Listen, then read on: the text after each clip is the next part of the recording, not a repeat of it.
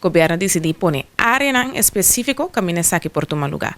Dus nós in dos áreas, que di Te Amo Beach pa Punt Vierkant en todo di Harbor Village pa Chachacha Beach. Dus dos áreas aqui especificamente tá ok, dus tour gente que landa pisca por hasisaki de dos áreas aqui.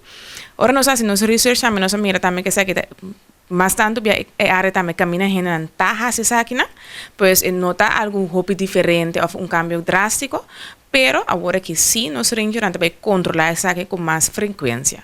Dus no momento que nós andamos de outra área, que nota de duas áreas aqui, nós por vai over na, of kita bom material que bota pisca com e pisca que botin no momento aí também, e por hanya processo verbal também que esse trabalho na orei na OMPA na sigi atender.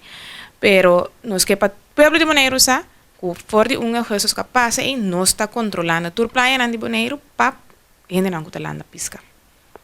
O landamiento está algo, piscamiento está algo. Kiko está eigenlijk regla na Europa, especificamente landamiento por mí.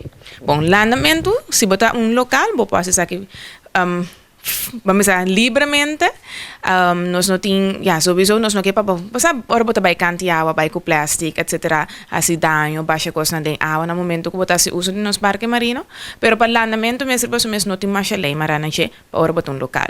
Se você não tem local, sim, você tem que pagar para o nature fee, etc., para por fazer uso de nos praia.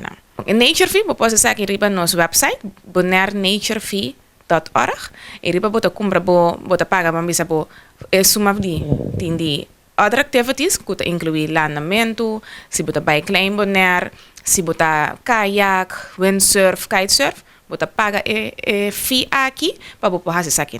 No momento que você dive, esse tour gente que você dive tem que fazer, incluso local, um suma de $45 você paga para aqui, então você pode dive para ano largo.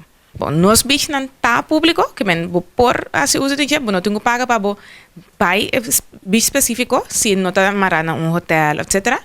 Pero se você não está local, você tem que pagar. Se diz para poder ter parque marino, nos parque tá parque marino nacional, que é uma área protegida, depois você tem que pagar para usar. Nós temos vários meetings com vamos dizer bond de pescador. Nós temos grupo de pescador que na organizar na mês, que está pesca bom. Então junto com nós nós tomamos decisão. Pero nosso rol tá, sim, tá junto com nós, bem na melhor solução, vai junto com o governo, então assim toma a decisão final. Então a relação com o pescador não está hobby bom, de mês, você tem certa vamos dizer diferença de opinião, pero é algo normal, pero nós estamos sentindo com regular para nós por ter de na manda também.